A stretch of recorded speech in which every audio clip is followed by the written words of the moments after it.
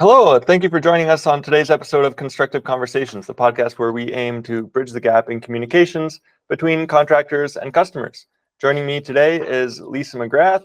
She's the owner, lead consultant at LPM, which is a construction consulting firm specializing in condo. So on the show today with Lisa, we cover interpreting contracts and legalese, dealing with management teams and condo boards, how to choose the right contractor to deal with, how to look at workmanship warranties, not yelling at people, and how builders are creating bottlenecks and browbeating their contractors. So this is a great conversation. Be sure to listen to the whole thing. I'm sure you're going to gain some great insights. Lisa, thanks so much for joining today.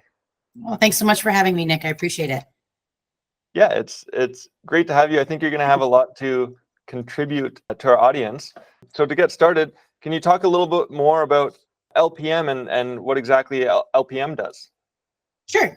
So LPM Enterprises is a construction consulting firm that specializes in condominiums. So we stand on the side of condo owners and we ensure that all of their projects are being complete, all their construction projects are being completed within the scope that's been provided. And we will also provide scope if necessary.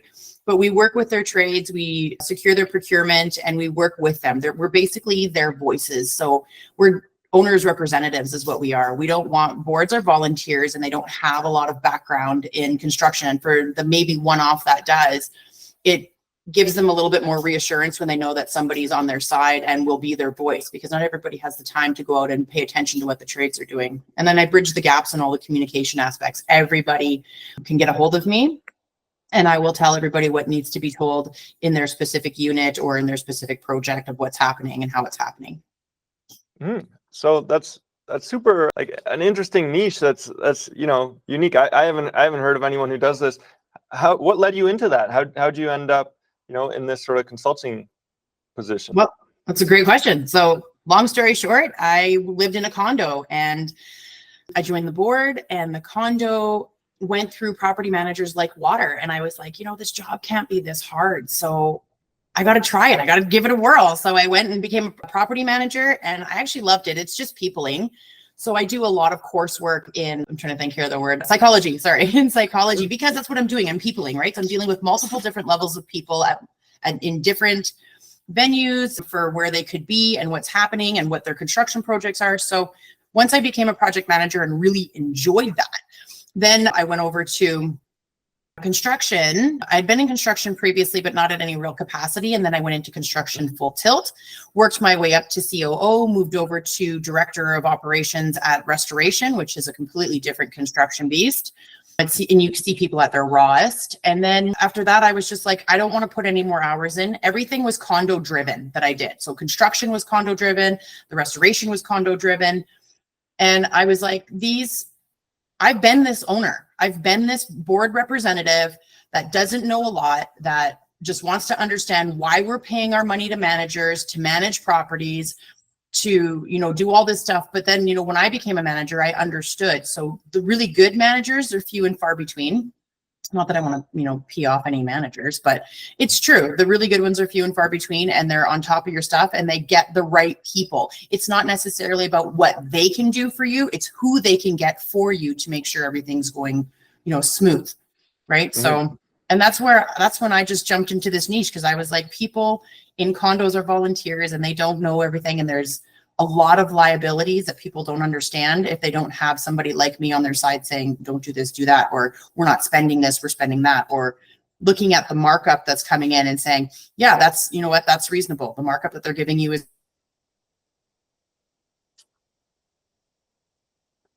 Oh, I lost you there. You froze. Can you still hear me? Oh, I can still hear you. Oh, yeah. No, you just froze for 10 seconds there. Oh. But yeah, you were saying that, like, the managers, they can't, they don't know the who, they don't know the right people, and they can't manage all of that by themselves because they're volunteers.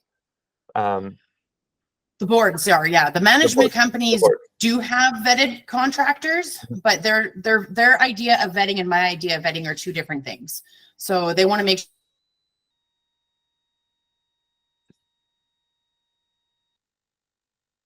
projects I speak to their people. I know who I need to talk to, because here's the thing. You can rub shoulders with the owners of these firms and it's all great and dandy, but the person that's doing everything, the coordinators, are the ones that I need to build that rapport with, because they're the ones that are going to make things move, not the owners.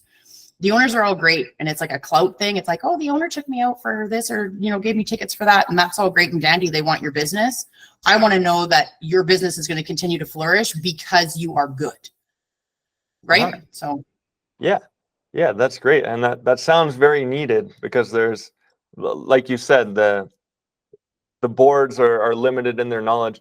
So what aspect of what you do now drew you in? Was it, you know, the communicating with people, or, you know, being able to help the condo owner, since you mentioned in the beginning? Like, what's sort of your favorite thing that drew you in?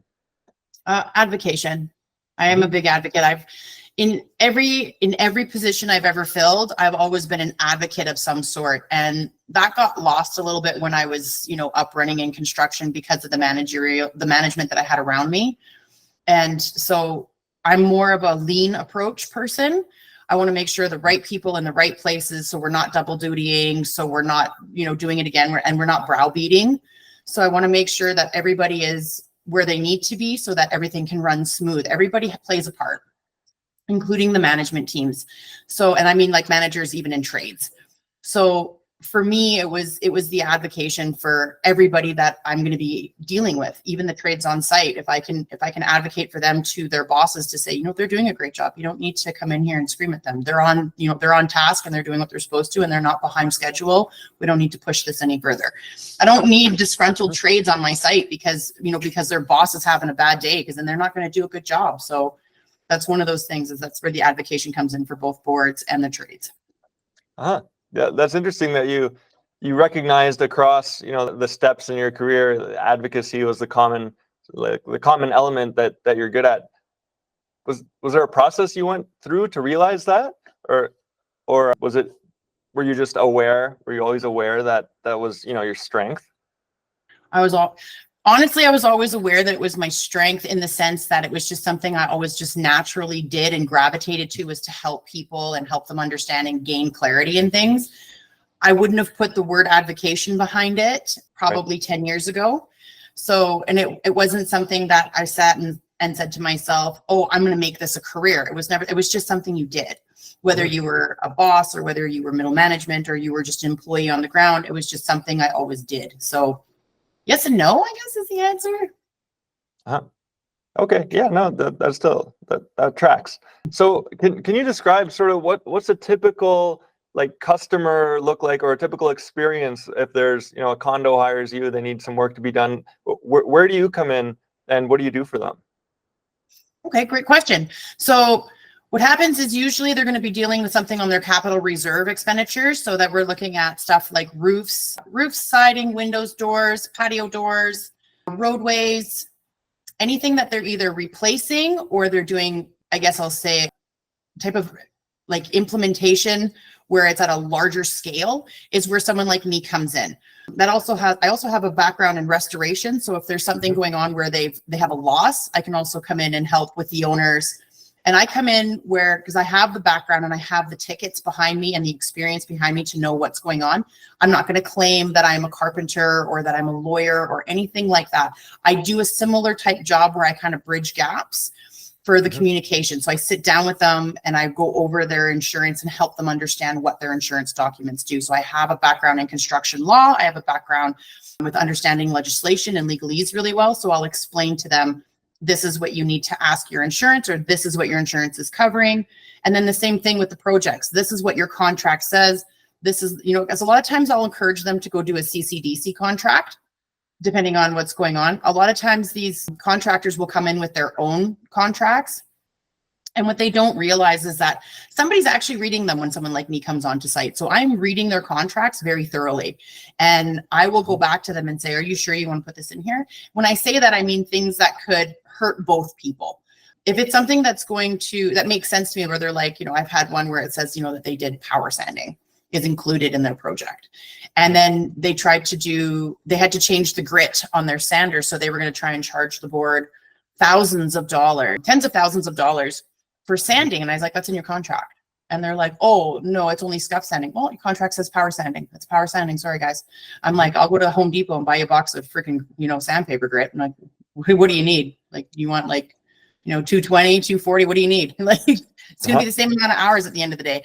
And they were really upset because they were like, well, and I'm like, be careful what you put in your contracts. If you want to be able to be paid, if you want to be paid for an additional cost, which at the same time, I still would have argued with them, because you and I both know, especially with your background, Nick, that when you're sanding something, the grit makes the difference.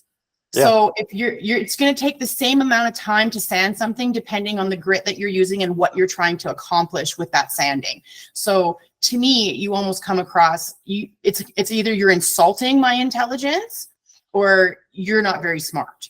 So I like to go with you're not very smart. Yeah. Because if you're insulting my intelligence, that doesn't work well, right? Because nobody wants to be insulted, because then it's like, don't insult my intelligence. But so I just asked them, I'm like, are you sure? Like, do you do this for a living? And they're like, well, yeah. And I'm like, then you should know this. So that's kind of where just one item where I'll protect an owner. I come in through management teams. Management teams will find me, or boards will find me. And because I am a volunteer with CCI and COF, I'm in front of a lot of boards that when they ask questions, they'll get the answers if they have them for me. I go into a lot of their meetings, and so I don't have a problem answering boards questions, but I will never answer a question if I'm not 100% certain. Mm-hmm. That's good policy. Yeah. So we talked previously about, I think, like an example where you mentioned a lot of the time you get brought in by the management teams or the boards, but later on, like later than they should have, because they're being reactive to something's gone wrong. Can you give an example of that, and what does that look like? Oh, okay. So it's interesting. I actually have it. You're absolutely correct when we were talking about that. So I actually have it in my rate sheet that if I'm coming in, so I call it a project rescue, where I'm coming in because things have gone sour. And so what happens is I'll come in and I will survey the property with what based on my expertise of what I can do. And then I'll tell them that they need to bring in whoever. We need to bring in an engineer. We need to bring in a roadway contract. We need to bring in an asphalt expert. We need to bring in, a carpenter, someone who's an expert in their field, because I'm not those things. I don't have journeyman tickets. So I'm not about to declare that that's what I am, but I know what to look for. So then I'll bring these professionals in and we'll go through it. And then I'll ask them what the cost is for correcting it. And I've got a lot of really great trades behind me that will help me with all these things. And then I will go back to the board and I'll say, we need to go back to the contractor and we need to ask them to repair this, or we need to ask them to come back to the site and go through it with me. If they are not willing to do so, this contractor is, and this is their price. So I have that already for them so that they're not like, well, what if he doesn't come back? And because best case scenario is contractors come back, but I will tell you, it has happened where I've called the contractor that did an overlay for a roadway, and it was, between you and I, it was a mess. Okay. That he did not, when he did the overlay, he did not talk about grading issues that were already there that he now exacerbated. He put asphalt that was anywhere from 4 inches to a millimeter all through, like sparsed all throughout the complex. And I was like, what is going on? And and because the asphalt was really soft, because it was more like a cold pack, which is what you put in when you're just repairing some holes, but he did the whole overlay and called it a hot pack. And I'm like, no. Then he didn't use proper products. He didn't use a proper sealant. I'm like, you have like vegetation growing through not even a year later. Like, this isn't done properly. So I went back to the contractor and said, hey, this is who I am. I've been instructed by the board to, have you come back to site, you and I take a walk, and we'll go over how maybe we can fix this. And he basically gave me the middle finger and said, call my lawyer, don't care. And I'm like, your contract has 4 years of workmanship warranty. I'm like, either you're not reading your contract, or you're one of these fly-by-night companies that make all these promises and then drop your company and run away. I'm like, understand that I've already Googled and gone to all the right authorities to know exactly who you are and how many companies you've had. So that's the other thing is I'll do the deep dive research to make sure that these trades know that I'm not messing around. If I can't come after your company, I'm coming after you directly as a person, because you shouldn't be doing that. If you're good at your job, like, you shouldn't be taking a $200,000 to $300,000 project and then having a 4-year workmanship warranty and then just bailing on the site altogether. because the board wasn't angry. They just wanted this to be fixed. Like there was nobody was angry. Do you know what I mean? It was just, this is a problem, let's fix it. Mm-hmm. And Yeah. some people, yeah. Yeah, no, definitely. And it's a shame that there's companies out there that do that. And, you mentioned the model where they'll change the company name, they'll disappear, they'll fall off the map when you try to contact them about warranty. So it's almost like you're a detective who's out there, differentiating between is this a legitimate player? Are they here to do a good job? Yeah. Is there more people like you? Is this very niche? Is this like an industry? Because, it's new to me, but it's super interesting. And I think it's needed in the industry. So far, I'm the only one. Uh-huh. So I think it's kind of interesting, because as I was telling you, much like how we're podcasting right now with you, I'm going to have you come over to me, because this is kind of something that I've been pushed into doing, and not pushed in a bad way. They say greatness is thrusted upon you, with great with what is it? Great power comes great responsibility. Yep. Okay. So, but it's funny because I've got people all over Canada and the US that are bugging for someone like me to come out. They're like, you don't exist.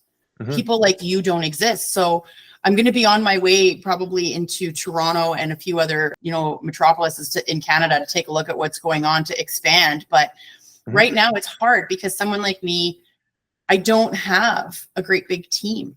I'm all about quality, not quantity. And that's hard because there's so many condos that are just erecting left, right, and center. And then I don't deal with the new build. New builders they go to the beat of their own drum. So unless it's someone like a large investor who comes in, who knows not a whole lot about construction, but enough to get by, and says, I want this builder to build me a condo, then he could hire someone like me. I will reach out to the commercial has come up to me and said, will you come, make sure all the T's are crossed and I's are dotted. And I'm like, sure. So, but the big thing with that is that what a lot of people don't understand is the difference between me and everybody else is that I am steering that ship, but I'm not doing it the old school way where I'm screaming at people. I tell them I'm a 3-strike rule person. The first time I'll give you the benefit of the doubt. The second time I will turn my head. And the third time I'm like, you're going to see a different side and you're not going to like it. So, and that's just how it goes for me. But I don't believe in screaming at people to get things done. I believe in letting them know where their lines are. You get some trades that try to drag things out a little bit. They're like, oh, well, they bid off more than they can chew. So they've got like 4 projects on the go. And then, you just kind of remind them, you'd be like, listen, if we don't hit timeline on this, then this trade can't come in. And if that happens, then I'm going to have to charge you every day you are late, because this is the plan. This is what you signed for. And usually they're pretty responsive. They're like, okay. And they go, but I'm just yelling at people is not something I don't take pride in doing anything. I think it's I like the 3-strike rule. That's more than fair. And a couple of questions coming from that. So when you say, there's not many of you, do you think that's because you have that unique background of experiences that, puts you in the position to, understand the needs of the board or the management and communicate with the contractors? Do you think it's that specific mix that, makes it so you can do what you do? I think it's part of it. I think the other part of it is that there's so many things that have transpired over the last 5 years that people, if we're being honest, Nick, people hate people. People have seen some really ugly sides of what people are capable of when they're locked up, when they're treated like, you can't do this and you can't do that. And there was a lot of turmoil that happened in 2020 to 2022, even 2023 of just the effects. And there's still some of them happening.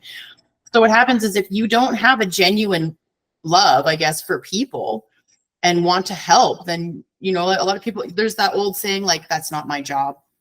I'm a project manager, but I'm not here to talk to the ownership. I'm here to deal with the board and my boss. I'm not here to talk to anybody else. Right. So whereas me, there's no such, and I've been like this in all of my jobs. There's no such thing as no. Like, I remember when I worked for, a large company out here, and they were like, oh, you can't talk to the executives. And I was like, watch me. Like, they're people. Yeah. Right. And I remember, and I would talk to the owner of the company, and it was a very large company, and it was a monopoly out here in Alberta for a long time. And I would go and talk to the owner. He was a great guy. He was really nice. He never gave me a hard time. I never got don't go up and bother this person. People would say things like that before I'd go speak with this person, but they're all just people at the end of the day, right? So yeah, absolutely. And so the way I'm understanding what you're saying, yeah, like coming out of lockdowns, another way to put that is people won't take responsibility. So like you said, someone's like, not my job. So you're sort of the backstop. And you're like, no, I'm taking responsibility. I'm gonna, make sure this gets done and as it should. So yeah, definitely, I think that's missing in a lot of places. Yeah, well, you had two types of people that came out of this. You had the people that were like, I don't want to go back to the office. I want to stay home. And then you had the people that were like, I want to get back out there and start going again, right? Those are the two. There's no in between. It was, I either want to stay home or I want to do this. And the people that want to stay home, then you're dividing them into subcategories. You've got the people that stay home and do a lot of work and do it well. And they do better in their own surroundings. And then you've got people who piss around all day and they're like, oh, I'll just go do the laundry. Oh, the kids need me. Oh, I'm going to make lunch. Do they get their time done? Some of them, yes, they'll work till 9 o'clock when the kids are put down, and then they'll get back on the computer and they'll do their job. No problem. But a lot of them are just like, meh. So employers are getting mad and they're like, it's getting very cutthroat out there. So there's a lot of new legislation that's coming out in various ways in different industries. That's basically saying like, you need to get back to work. Like we need this country to keep moving, and it's not going to move if you're sitting at home. Yeah, and that definitely makes sense. Get people, taking responsibility back, doing what their job description is. Yeah. And then the other one to touch on, which you mentioned, like, so you're the way you operate is not screaming at people, but when we look at the construction industry in general, there's a lot of that, and it sort of gets, the way I see it, it gets passed down through the the training and as people step up the ladder and they inherit that, like, oh, I was trained by someone yelling at me whenever I did it wrong. Do you think that's changing, or do you think there's opportunities to change that dynamic as a whole? What are your thoughts on that? So if I'm being honest, I don't think it's changing quite as quickly as we'd all hope. I think there are different companies that are bringing in different people that have that same mindset of, I don't want to be yelled at, so I'm not going to yell. Excuse me. I think that people are, some companies out there are taking a different approach to working and making sure that they are acknowledging the different strengths and weaknesses within their teams and placing them accordingly. And that's a huge thing. So there's a couple of construction companies out there. I know Leadcore is one of them. Westcore is another. They're starting to really move into this lean approach where they're putting the right people in the right places. I think PCL is also doing something like that. And then the smaller guys they're going to start following suit more and more. But what we run into is nepotism. And that's the big problem in construction is, oh, well, why is Billy running this site? Oh, well, his dad runs 2 other sites, of this subsidiary or whatever. And I'm like, well, Billy's an idiot, because what ends up happening is that it's not like it was, for the kids that grew up in the 70s and 80s where their parents were harder on them at work than they were at home and anybody else, right? Like I'm that generation where if my kids come work for me, they're not getting any favors. They're not getting promoted without having the knowledge and the background, and they're going to work under people. It's not going to be, oh, well, that's Lisa's, daughter or son. You need to be nice to them. I'll be like, no, if they're being stupid, write them up. Like there's no passes here. So, and that's what's happening is a lot of them are getting passes. And they're spinning in a chair and they know nothing about carpentry, nothing about roofing, nothing about roads. They know nothing. And they're running these crews, and then they think they can talk to them because they don't understand and they don't want to come across stupid. So they yell at people. Meanwhile, the trades are sitting there looking at them. These poor guys are like, this guy's an idiot. He doesn't even know what we're talking about. And because you can throw in especially as a carpenter, there's all these little names and words for different things. And you guys have your own jargon. So, and I've been in the crossfire of it a couple of times and been like, what are you guys talking about? But I'll ask. I won't be like, oh yeah, absolutely, I know what you're talking about. Like I remember the first time I heard the word capillaries and I was like, what's that? And they're like, look up. And I'm like, oh, okay. So, walking through a space that's, basically down to its bones, and they're talking about all the things over in the roofing area, right up in the attics. And so I was like, oh, so you have to be malleable in this industry. And a lot of people have too much ego is the problem. But I don't think it's moving as fast as we'd like, Nick, if I'm being honest. I think people are going to continue to yell and scream because they think that that's the way they're going to get results, and it's not. It doesn't mean I don't yell and scream, because I do yell and scream, but I do it with the people that I know are on the same level as me. So if an owner of a trade company comes onto site and starts pissing off the guys, I will go yell at him. I'm not scared to yell at him. So because I'm like, don't mess my site up. And the reason for that is because if I've got 6 different companies, 5 different companies, 4 different companies working on my site, we're a team. You're not company A, company Z, and company X. We are this team. And I make sure everybody is acknowledged the same. Everybody is encouraged the same. Everybody is given the same appreciation. I'll do appreciation days where I'll get them breakfast sandwiches. I'll get them lunch. I'll tell them how great they are. I'll go through and encourage them, because that's what appreciation goes a long way. People want to work for people when they're appreciated for what they do. I'd go to site every day and be like, oh my God, you guys are doing great. This is awesome. I'm like, if you guys bang this out of the park, I'm like, breakfast sandwiches tomorrow, and then you guys can take off Friday at 2:30. And they're like, so. Yeah, it doesn't take much, but yeah, that makes a huge difference, in somebody's working day, and being appreciated, they notice it, and I think that shows, like, in the end result and end product of the work, are happy to be coming to work and be coming to the site. And you mentioned, this was also when we were talking previously, and a little bit at the intro, holding companies to a higher standard, or even to their own standard. Can you give some examples of what that looks like? Sure. Really easy. Safety. If you have a safety manual and you are not adhering to your safety manual, I will call you out for it. I will shut down the site. So I'm designated safety. I'm designated HSA. I could have went and got my NCSO and probably my gold seal by now, but I didn't want to keep up my auditor. So I was like, I got what I need. But that's a huge one. I build safety manuals for a living. So the fact that I've built multiple safety manuals in multiple aspects of construction, when someone has one, even if it's brass tacks and they're core certified and they're running around screaming that they're core certified, if you are not maintaining your safety manual and adhering to it at its full capacity, I'll call you out. And that's a huge thing. I'll give you an example of roofers. Roofers are the bane of my existence. They do some of the most amazing work, and like the acrobats on these boys is insane. Tie off. You all make me crazy. Tie off. So, you know what I mean? They don't put in proper anchor points. They don't use their anchor points. They have a rope tied to them. I'm like, what's that tied to? And they're like, oh, it's somewhere. No, it's just hanging. I'm like, I can't help you if you guys fall off a roof. No. So, and they move so fast. I understand both sides. I understand that they're like, we move so fast that we only have so much slack. And I'm like, then put multiple anchor points and just quickly just move yourself over. And they're like, we got to walk all the way back and all the way. And I'm like, safety. Your manual dictates it. Yeah, that's good that you're able to hold them to their standard and impress it upon them. I tell my guys, there's no delay, that's worth your safety. There's nothing on a job site that's ever worth compromising your safety. You're not going home in the same shape you came to work. So yeah, that's definitely important.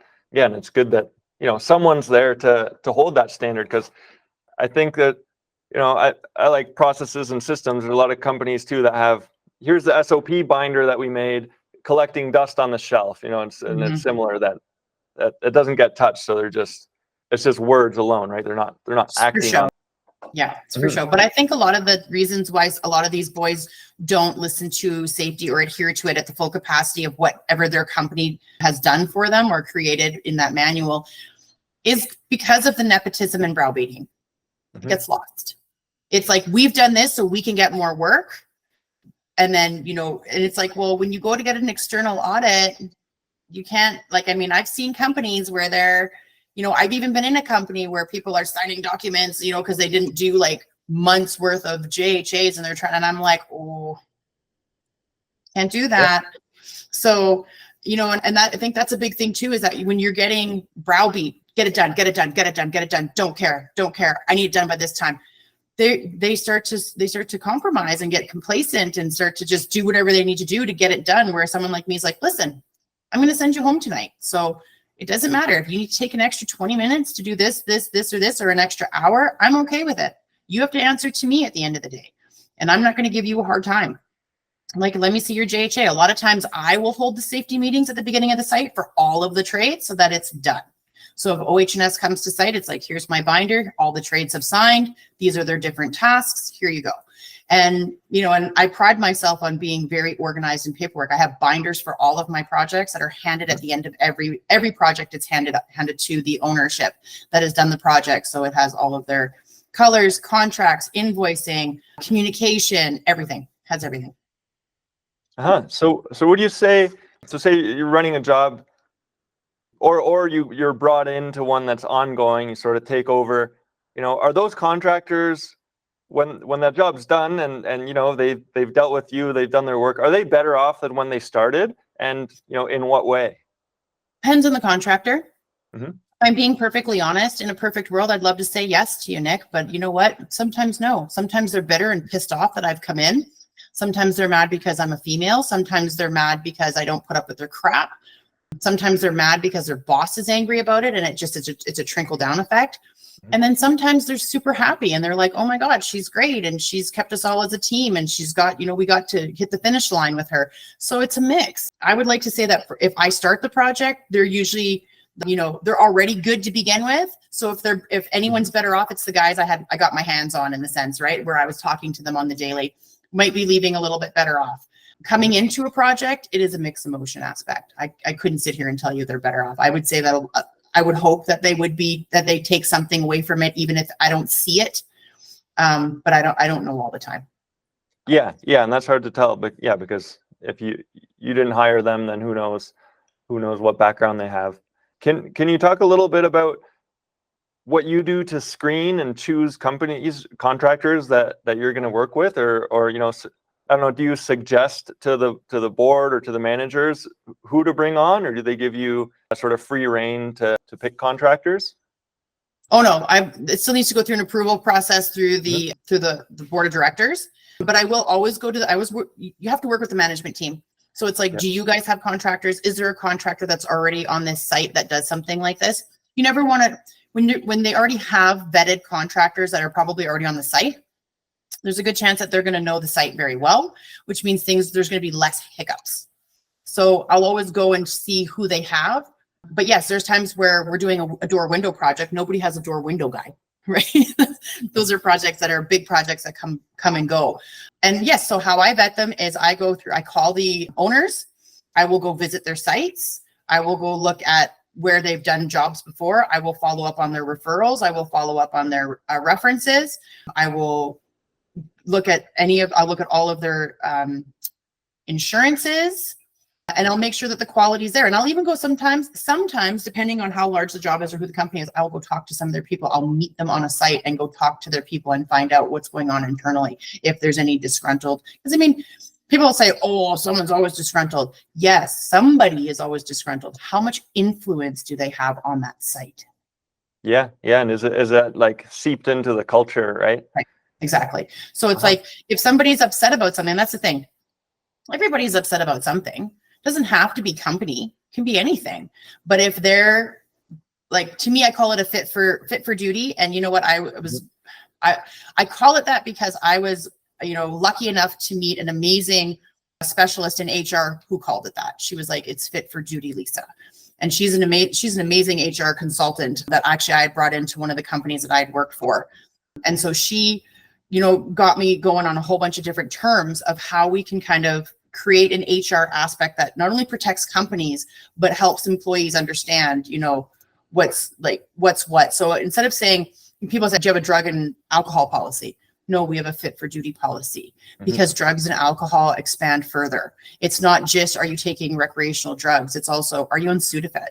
Are you on, you know, Benadryl that's going to make you sleepy or hyperactive? So everything affects you. And also not only that, but then doing the fit for duty covers all of the different aspects in safety, biological, you know, psychological, chemical. It fits everything.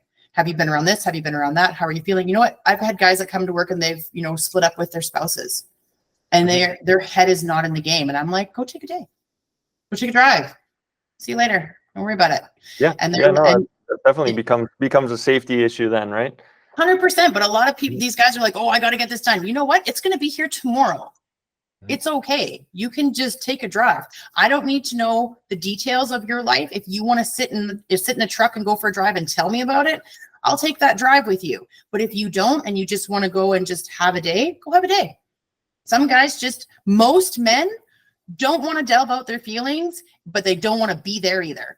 But then they're confused because they're like, if I work, then I don't got to think about it. But what's happening is they're working and thinking about it, and then they miss, right? Yeah. So it's like, so I always just say, just go take a drive. Like, go on, take the day off. It's fine. And then some people will say, well, I can't afford it. And I'll be like, you know what? I'll call it in as a sick day for you. No problem. Go take a day and come back tomorrow and let me know if you need more days. And then we'll look into making sure that there's some sort of compensation to help you with that. Yeah. Uh-huh. Yeah, that's a good way to deal with that. And then broader question, if there's, management teams, condo boards, and anyone of your typical clients listening to this, and they're not local, they're too far away to bring you in. Can you give some tips for them to help avoid some of the issues that you mentioned that commonly come up when they need to do a big renovation, restoration, or some kind of project? Okay, so the best tip I can give anybody is contractors are really good talkers. So they need to do their research on that contractor and not what he gives you, what you find. So what you want them to give you is their insurances, and make sure they're current, not just a piece of paper and don't look at it. Make sure their insurances are current. Make sure they're proper insurances like general liability and E&O and anything else they might be doing, any type of safety work that they're doing, especially like hot work and stuff like that can come with different insurances. So check their insurances and then go and look up their stuff and then ask them for references. And what you're going to do is when you ask them for references, you want the addresses, you don't want the people. And then you're going to go look at those properties. And you can do it. Wonderful thing about the internet is you can actually pull it up on Google Maps and you can go right onto the street and you can look at what they've done.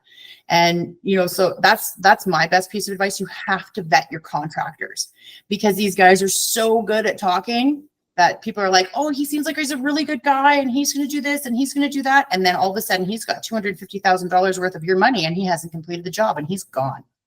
So that would be my best piece of advice. Yeah, that is a great tip. So get the references of a location, go to the location and do your own research. Don't just take someone's word for it. Yeah, verify whatever you're getting. Yeah, that's great. And then looking forward, can you talk about sort of what do you see to be new or coming up in the future? The industry that you operate in, or construction in general. What do you see, 5 years from now, changes that are coming up and what's going on there? Whoa, that's kind of a heavy question, Nick.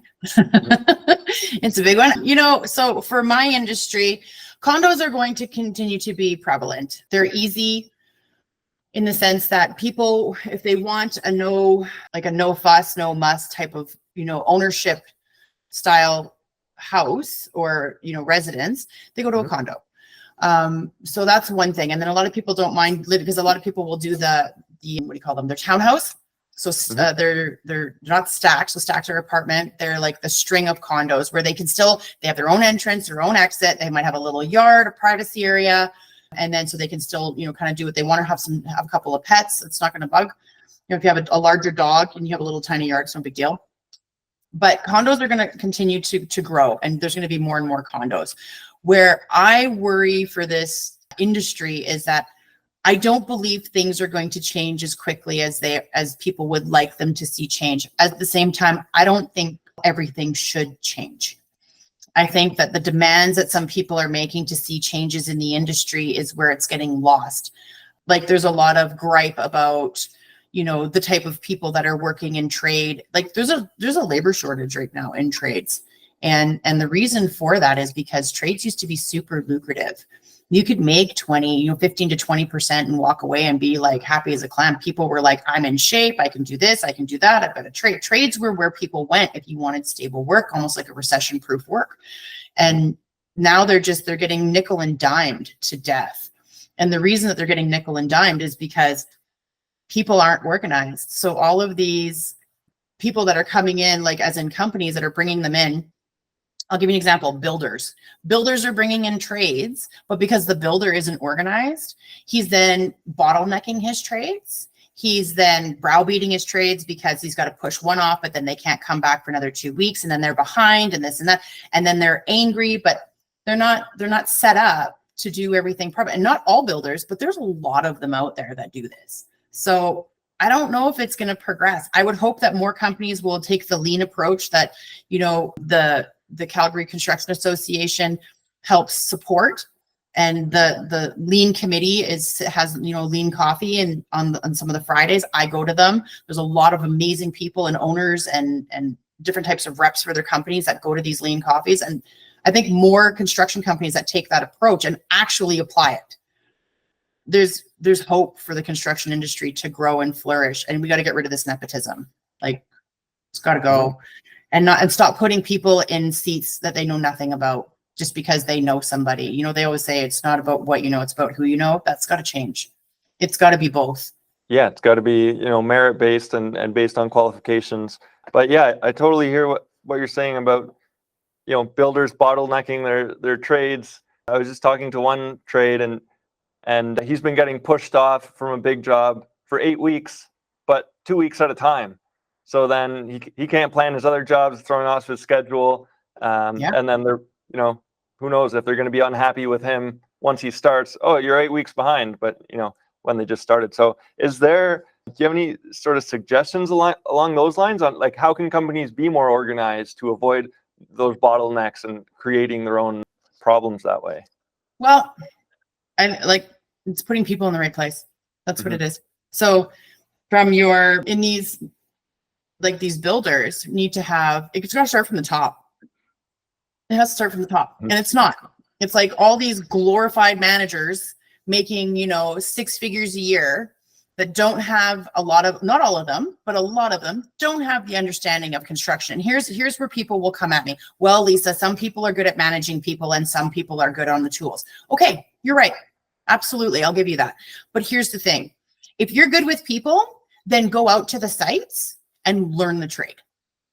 Because you know what? There's nothing more that those guys want than to see you down there in the trenches with them, wanting to learn what they do and go through every single day. So don't sit here and tell me that, well, some people can manage people, because if you truly manage people, you would take the time to learn what they do and understand what they go through and where the stress comes in. And that's what I did. That's the difference between me and everybody else. Is I've been in the trenches. I've hauled garbage. I've slung rock. I've pulled floors right beside the guys and help them and say, why are we doing this? Why do we do it this way? Why do we take this much wall? Why are we taking this out? Why are we painting this? And the guys will tell me, and they're like, and I'll say, okay, and I'll write it down and I'll repeat it back to them so that they know I understand. And they're like, okay, I don't have a lot of problems on site as a female. I only have problems on site as a female when there's an ego problem. If there's no ego problem, 99% of the guys that I'm working beside have zero problem with me, because I'm not mean, I'm not rude, I come at it from a different approach, and I'm willing to learn what they do and be in there with them and help them, not just stand there with a clipboard, as we call them, clipboard cowboys, right? So, and not be one of those. Be like, I see them walking out of the building, he's got 3 bags, I go grab one. Give me one of those. What the hell are you doing? Like, that's a lot, and so, and they appreciate that. They're like, oh, she's not scared to, she's not scared to get her hands dirty. And I'm like, and I'll tell a lot of the trades, because I get my nails done and all that. But if I'm going onto a site where there's a lot of debris and whatnot, it's not just like a finishing project, there's tear down, there's demo or whatnot. I will get my nails right shortened and I'll get my gloves out and I'll go, let's go. No big deal. Break a nail, we can go fix it. It's not a big deal. Yeah, I like that. And, that makes me think even, in a McDonald's franchise, the franchisee has to start making fries and flipping burgers and go through each of the roles. That, that's part of their training if they want to own the store. So that's kind of your suggestion to the companies is, have everybody, it doesn't mean they have to do it for 4 years. Just go down there and have some experience at every level. So then they can relate. And yeah, I agree that would definitely help. Instead of just saying, super beneficial. You have all these wonderful PMAs, right? Or assistants that are sitting in the office, and these women and men that are sitting in the office should be on site at least once a week, seeing what everybody's doing, having the conversation, asking the questions, because they're going to be that much better at their job. So when the guys are saying, I need you to write this up, blah, blah, blah, blah, blah, or their project manager saying it, or their construction manager saying it, they know. They're like, oh yeah, I saw that. And they'll be able to put it into words, not keep calling him or her and saying, what did you say again? And what does that mean? And how do I spell that? Because they don't know. Yeah, it goes from being just a line item to, you know, an experience that they can visualize and something they've actually done. We're going to clip this and share that clip around, because that's excellent advice. Yeah. Thanks. Well, I think so. That's what I do. I think it's the best way to do it. And I think it's how you get the most respect on site. It doesn't matter whether you're male or female. I think you get the most respect on site when you're willing to, you know, get your hands dirty. Yeah. Great. That's kind of, you know, what I can kind of say to help you out for some tips and tricks for both companies and for condos. But I mean, like, I know that you're a carpenter by trade, correct? Yeah. So, exactly. I mean, and that's the one thing, is that I think just people need to understand that there's different levels of carpentry.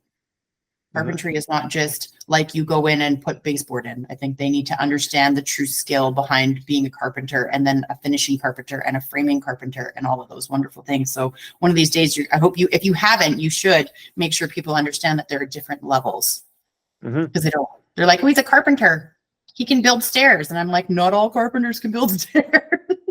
Yeah. There almost needs to be more terms, because it encompasses a whole lot. Yeah, when you say carpenter. Yeah, that's great. So Lisa, where can people get a hold of you or connect with you? Well, they can travel off to my little site there at lpmenterprises.net and take a look there, and they can reach me right through my website and take a look at it. There's lots of wonderful information on there. Or they can give me a call, 403-477-7254, direct on my cell, or send me a text message, and I'll happily respond. Okay, great. And we'll have that in the show notes as well. So anyone interested can just hit the link on there and find you. Well, Lisa, thanks for coming on the show. It was great to have you. No, thanks, Nick. I appreciate it.